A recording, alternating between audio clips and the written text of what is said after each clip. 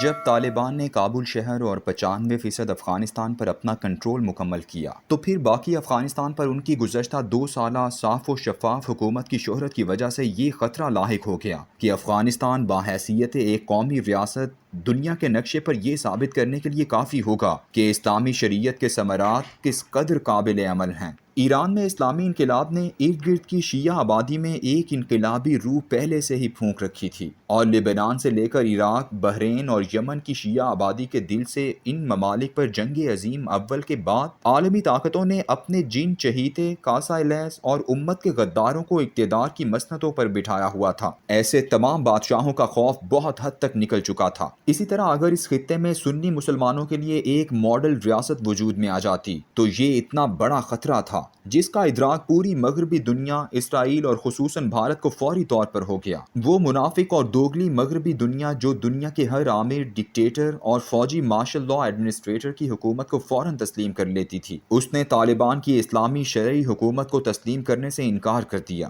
دوسری جانب بھارت نے طالبان کے خلاف شمالی اتحاد کے ذریعے لڑنے کا منصوبہ بنایا۔ اس پورے منصوبے کو مشہور بھارتی دانشور اور صحافی ونچیتن سدرشن نے 1 ستمبر 2019 کو دی ہندو اخبار میں چھپنے والے اپنے مضمون میں تشت اذبام کیا ہے۔ اس مضمون کو لکھنے کا بنیادی مقصد تو یہ تھا کہ بھارت کو کبھی بھی افغانستان کی سرزمین پر اپنے سپاہی بھیجنے کی غلطی نہیں کرنی چاہیے، کیونکہ افغان قوم ہندوؤں سے اس قدر نفرت کرتی ہے کہ وہ سب کچھ بھول کر انہی کو مارنے کے درپے ہو جائیں گے۔ سدرشن بتاتا ہے کہ طالبان کے کابل میں اقتدار میں آنے کے ایک ہفتے بعد 26 ستمبر 1996 کو تاجکستان کے دارالحکومت دوشنبے میں بھارتی سفیر بھارت راج متھو کمار نے احمد شاہ مسعود کے گھر میں اس سے ملاقات کی۔ اس ملاقات میں اشرف غنی کا انٹیلیجنس چیف امراللہ صالح بھی تھا، جو اس وقت نجیب اللہ کی حکومت کا تاجکستان میں نمائندہ تھا۔ یہ ملاقات عین اس دن ہوئی جب کابل میں بھارتی سفارت خانے کا عملہ کابل سے فرار ہوا تھا اور نجیب اللہ کو سرعام پھانسی دی گئی تھی۔ احمد شاہ مسعود انگریزی نہیں جانتا تھا،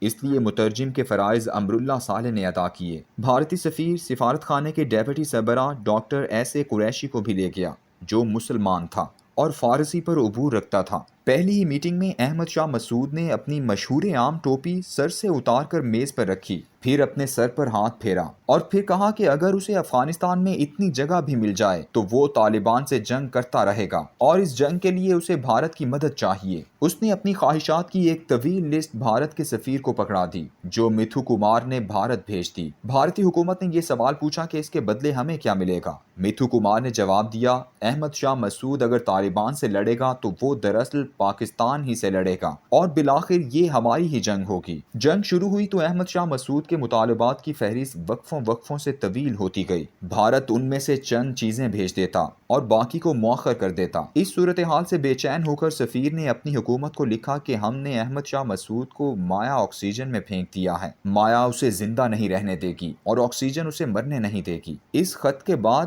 بھارت نے فراخ دلی کا مظاہرہ کرتے ہوئے احمد شاہ مسعود کو کلاشنکوف رائفلیں، چھوٹے ہتھیار، مارٹر، اسلحہ و گولہ بارود، یونیفارم، سردیوں کے کپڑے، خوش ڈبوں والی خوراک اور دوائیاں تک سب کچھ مہیا کرنا شروع کر دیا۔ یہاں تک کہ لندن میں مقیم اس کے بھائی ولی مسعود کو خود بھی سرمایہ فراہم کیا اور ایسے تمام ممالک سے اسے سرمایہ لے کر بھی دیا جو طالبان حکومت کے خلاف تھے۔ تمام فوجی اور دیگر سامان بھارت سے تاجکستان کے شہر دوشنبے میں آتا، جہاں کسٹم حکام کو اسے چیک کرنے کی بالکل اجازت نہیں تھی۔ پھر وہاں سے یہ سامان بارڈر کے پار شمالی اتحاد کو پہنچا دیا جاتا۔ دلی سرکار نے شمالی اتحاد کے لیے 10 M18 ہیلی کاپٹر بھی فراہم کیے، جو شمالی اتحاد کے زخمیوں کو فوری علاج کے لیے دوشنبے لاتے تھے، جہاں پر بھارت نے علاج کے لیے $75 لاکھ کی لاگت سے فارفور کے فوجی اڈے پر ایک جدید اسپتال قائم کر دیا تھا۔ بھارت یہ سب پاکستان دشمنی میں کرتا تھا، مگر تاجکستان اپنے ملک میں نظام شریعت کی تحریک کو روکنے کے لیے ایسا کر رہا تھا، کیونکہ اسے خوف تھا کہ طالبان کے اقتدار سے انہیں اخلاقی حوصلہ ملے گا۔ اس بھارت تاجکستان گٹھ جوڑ کو مضبوط کرنے کے لیے تاجک صدر امام علی رحمانوف 22 جنوری 1999 کو ویتنام سے واپسی پر بھارت رکا اور اس نے اٹل بہاری واجپئی سے ملاقات کی۔ بھارت نے طالبان کے خلاف جنگ کے لیے تاجکستان کے شہر ایمنی میں وہ ایئر بیس مانگ لیا جو سوویت یونین نے افغان جنگ کے دوران بنایا تھا اور جہاں ہمیشہ 25 روسی جنگی جہاز تیار کھڑے رہتے تھے۔ ایئر بیس فوراً بھارت کے حوالے کر دیا گیا۔ بھارت نے اس کے رن وے کو لمبا کیا اور اس پر اپنا جھنڈا بھی لہرا دیا۔ یہی وہ ایئر بیس ہے جہاں 11 ستمبر 2001 کے ورلڈ ٹریڈ سینٹر واقعے سے صرف 2 دن قبل احمد شاہ مسعود کی لاش لائی گئی تھی اور اس کے چند ہفتوں بعد ہی امریکہ افغانستان میں داخل ہوا تھا۔ امریکی افواج کا افغانستان میں داخلہ اسی فارفور کے اڈے اور ایمنی ایئر بیس پر موجود شمالی اتحاد کے سپاہیوں کے کندھوں پر سوار ہو کر ہی ہوا تھا۔ آج 20 سالہ جنگ کے بعد امریکہ اور عالمی طاقتوں کی شکست کے بعد یہ واضح ہوتا جا رہا ہے کہ افغانستان کی سرزمین پر صرف اور صرف ایک ہی قوت تھی اور ہے جسے طالبان کہتے ہیں۔ طالبان کی یہ قوت جلد یا بدیر افغانستان پر حکمران ہوگی۔ یہی وجہ ہے کہ طالبان کا زخم خوردہ بھارت اپنے پرانے حلیف تاجکستان کے ساتھ مل کر اکٹھی حکمت عملی بنا رہے ہیں۔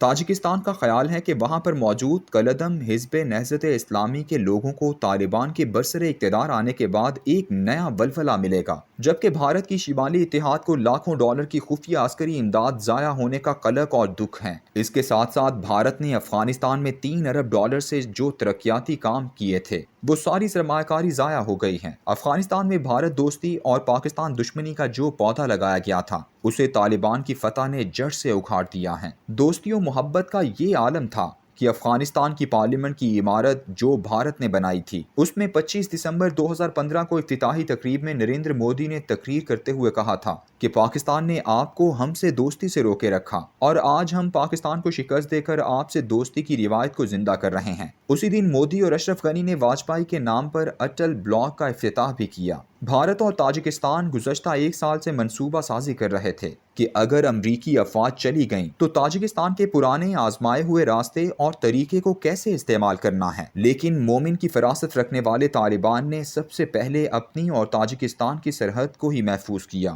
یہاں یہ مرحلہ اس قدر سکون سے طے ہوا کہ 6 جون کو چین، افغانستان اور تاجکستان کی مشترکہ سرحد والے ضلع واخان میں صرف 4 طالبان سپاہی 2 موٹر سائیکلوں پر پہنچے اور انہوں نے ضلع کو اپنے قبضے میں لے کر اپنا جھنڈا وہاں لہرا دیا۔ آج وہ 5% افغانستان جو کبھی 1996 سے 2001 تک طالبان حکومت کے خلاف بڑا میدان جنگ تھا، سب سے پہلے وہی طالبان کے کنٹرول میں آ چکا ہے۔ ایسے حالات میں بھارت اور تاجکستان کا خوفزدہ ہونا لازم تھا۔